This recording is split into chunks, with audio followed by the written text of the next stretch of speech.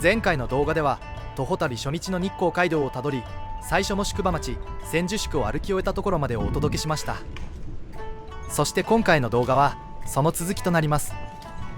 徒歩旅初日、千住宿を通過した後の千住新橋からスタートして、次の宿場町である草加宿を目指して歩いていきます。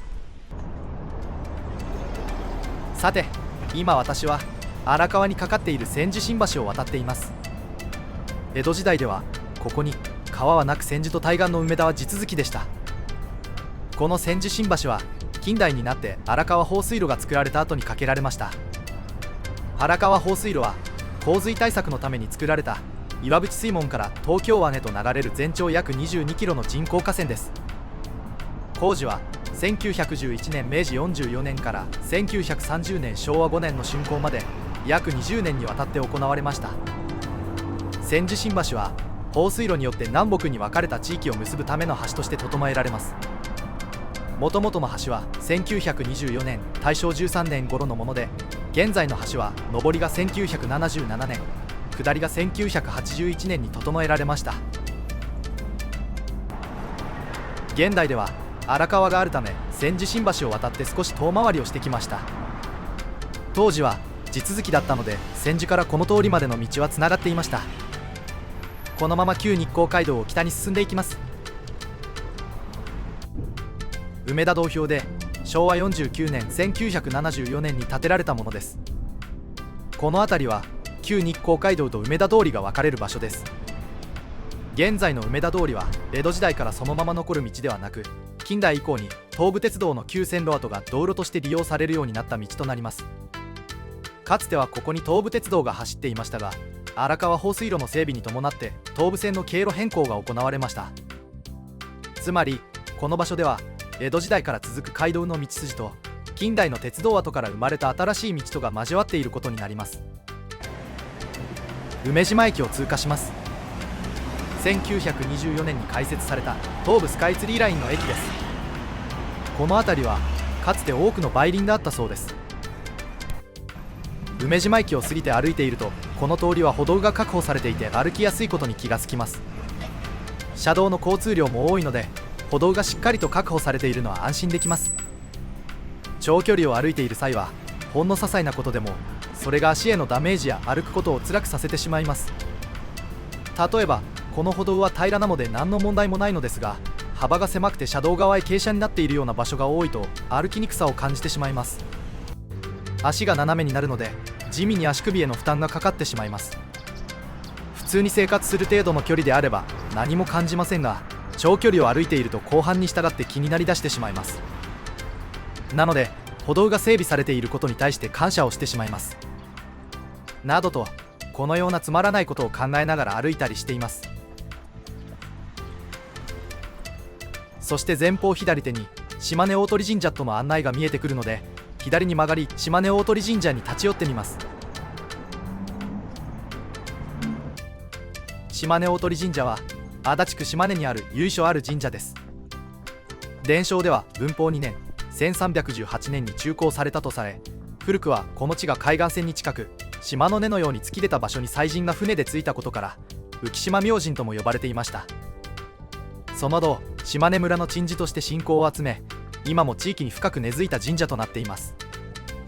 この場所に立つと今の住宅地の中にも土地の古い記憶が残っていることを感じます。島根大鳥神社から10分程度進んできたところに道しるべが立っています。道しるべには増田橋跡、北へ旧日光道中、西へ旧赤山道と書かれています。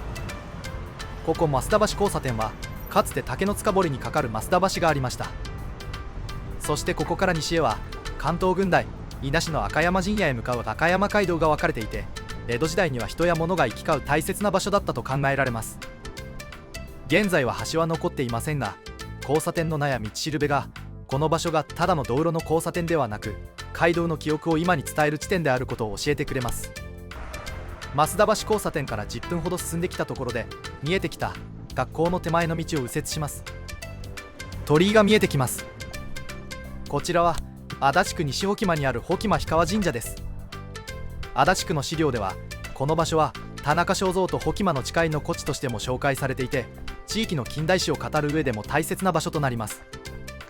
足尾銅山鉱毒事件は1890年代に起きた近代日本を代表する公害事件です。1898年には群馬県や栃木県の被害住民およそ3000人が鉱毒被害を訴えるため上京しました。田中正造はその途中、保木間氷川神社で住民たちと出会い、問題解決に尽くすと演説して帰郷を促しました。これが保木間の誓いと呼ばれています。また当時、この地の人々も炊き出しなどで被害住民を支え、農民同士の連帯があったことが伝えられています。埼玉県の草加市に入ります。県境を表すカントリーサインが見えます。埼玉県に入ってすぐのところにあるジョマさんで、本日初めての食事です。食事も終えて歩き始めてすぐのところに神社が見えてきました。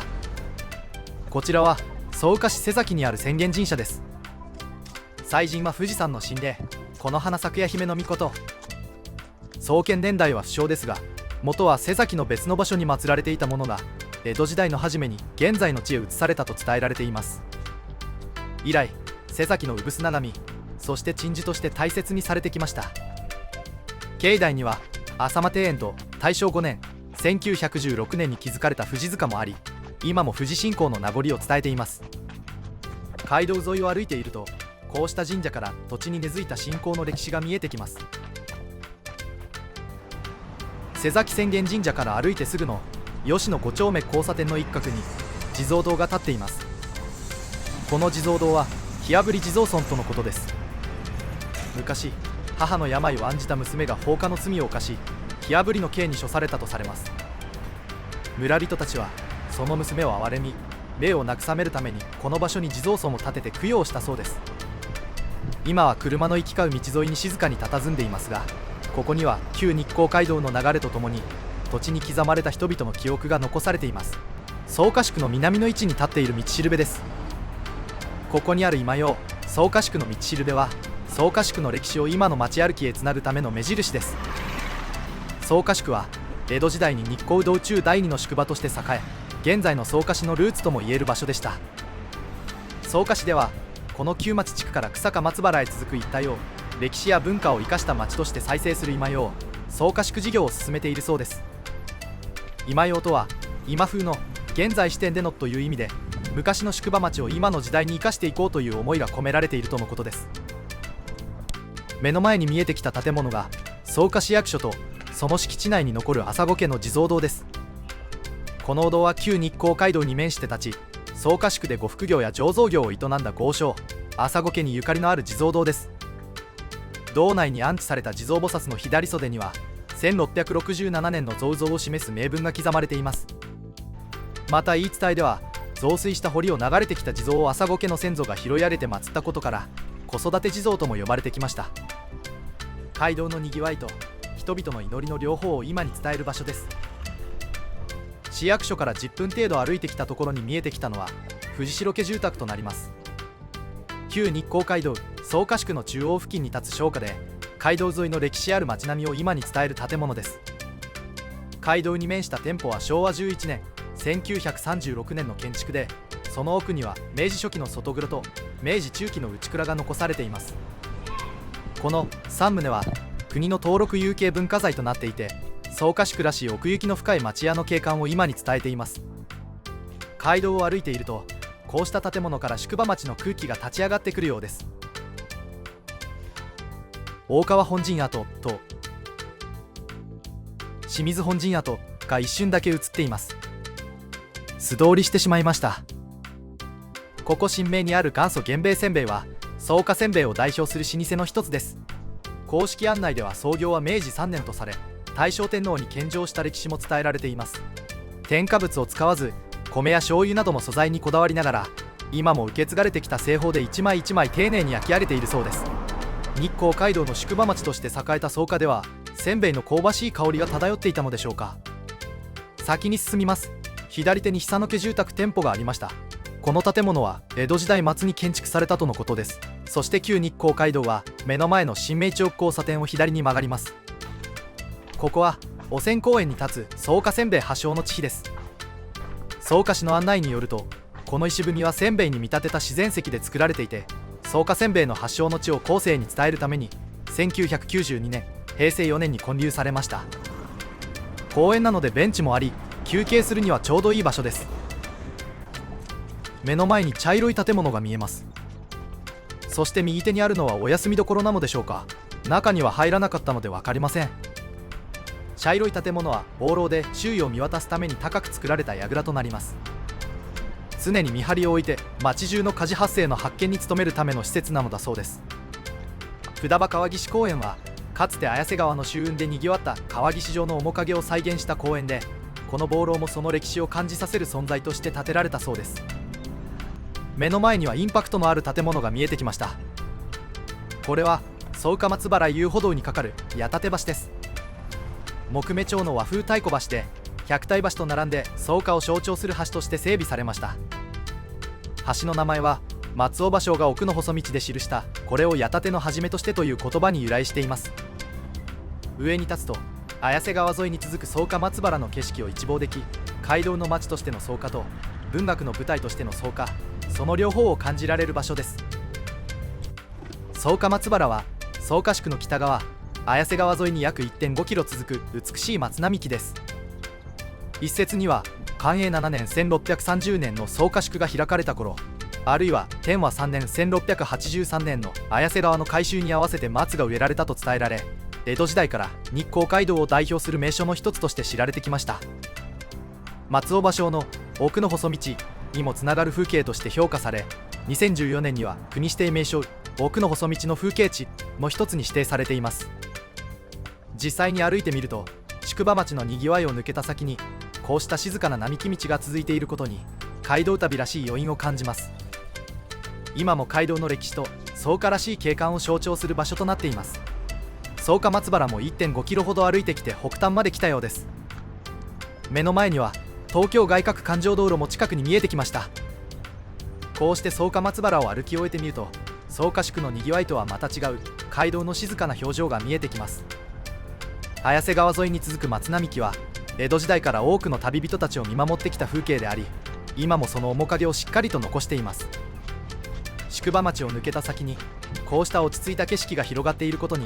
日光街道の旅らしい奥行きを感じます。実際に歩いてみると、草加がただの通過点ではなく、宿場と景観の両方で旅人の記憶に残る街だったことがよくわかります。旧日光街道の道はこの先もまだ続いていきます。外環道を過ぎると旧日光街道の景色は変わります。綾瀬川の両側には住宅街となり、現代に引き戻された感覚になります。そして前方に見える蒲生橋を渡った目の前に一里塚があります。ここ蒲生の一里塚は旧日光街道の歴史を今に伝える貴重な史跡です。一里塚は江戸時代に街道沿いへ一里およそ4キロごとに設けられ、旅人の童貞の目安や鎮馬鎮泉の基準、そして休憩の場として使われました。文化年間の五街道噴火のベーズには東西一体の一里塚が描かれていますが、現在残っているのは東側の一基だけとなります。それでもこの蒲生の一里塚は埼玉県内の日光街道沿いに現存する唯一の一里塚としてとても大切に守られています。それではこの一里塚を後にし、次の宿場へと向かうため旧日光街道を先に進んでいきます。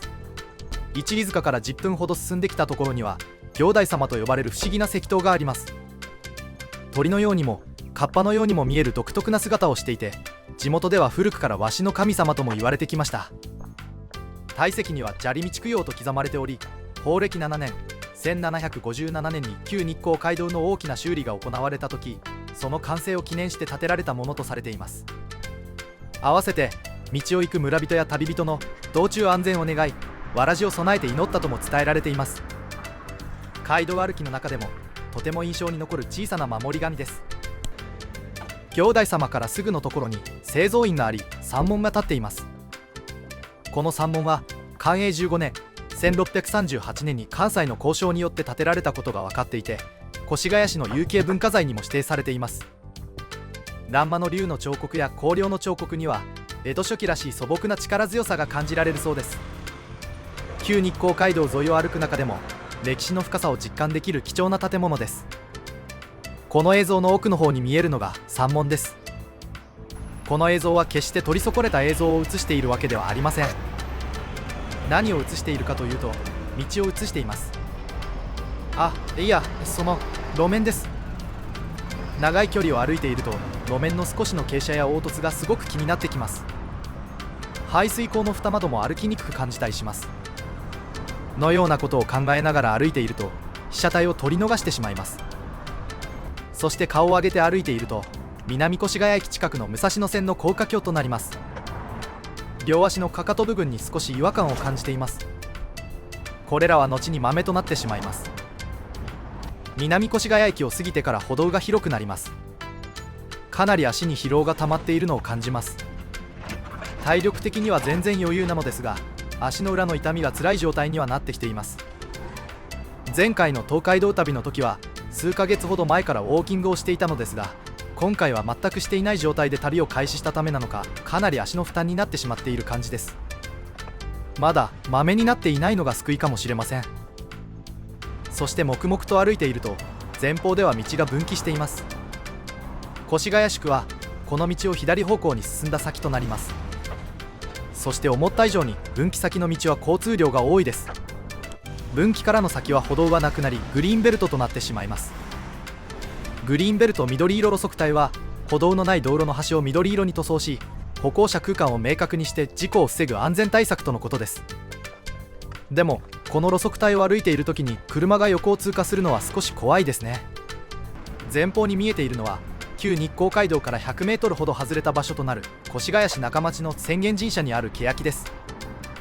幹回り7メートル、樹高およそ23メートル。幹は地上6メートルほどのところで6本に分かれ、上大きく枝を広げています。樹齢は約600年と推定され、越谷市の指定天然記念物であり、市内で最も大きな欅として知られています。神社そのものの歴史と合わせて、この大木もまた旧日光街道の町に積み重なってきた長い年月を今に伝える存在です。実物を見るととても大きくて見上げるのに首が疲れます。幹の太さと木の高さによる迫力があります。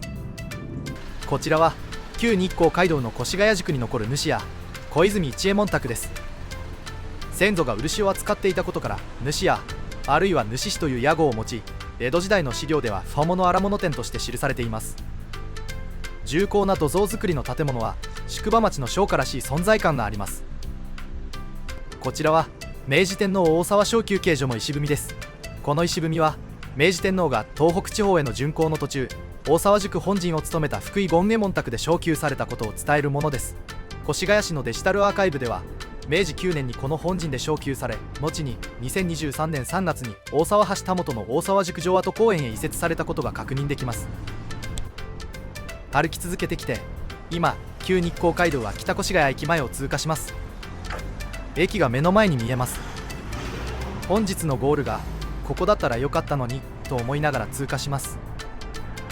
今歩いてきた越谷宿は江戸から日光へ向かう日光街道の3番目の宿場町として栄えた場所です。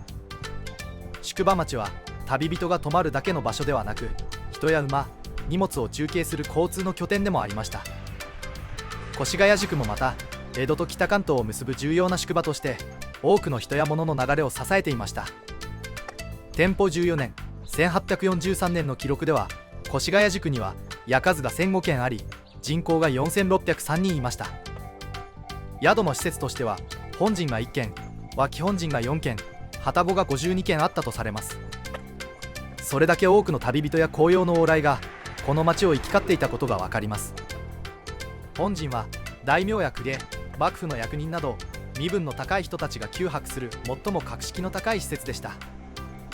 脇本陣はその補助を担い、旅籠は一般の旅人たちを迎える宿としてにぎわいました。越谷宿はこうした宿場の機能をしっかり備えた日光街道でも重要な町の一つだったのです。ただ越谷宿の町並みはそのまま残ったわけではありません。越谷宿は江戸時代から明治にかけて度重なる大火に見舞われました。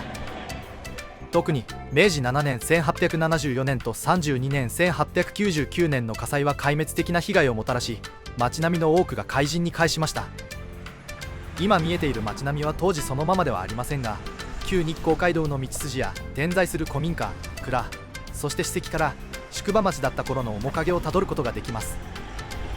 越谷宿は大火を乗り越えながらも今なお街道の歴史を街の中に伝えている場所となっています。国道4号線と旧日光街道が交差する地点で腰掛けやすい場所があったので10分ほど休憩をしました。その際にかかとに豆ができたかのような痛みがひどかったので、本日は春日部宿まで進む予定でしたが諦めました。そして宿泊するより電車の往復料金の方がはるかに安いので一度帰宅します。現在地点から一番近い小袋駅で終了することとします。家に帰って足の状態を見たら水ぶくれができかかっていました。処置をして2日目に備えます。本日の動画はここまでとなります。次回も小袋から先の街道をたどりながら次の宿場へと向かいます。ここまでご視聴いただきありがとうございます。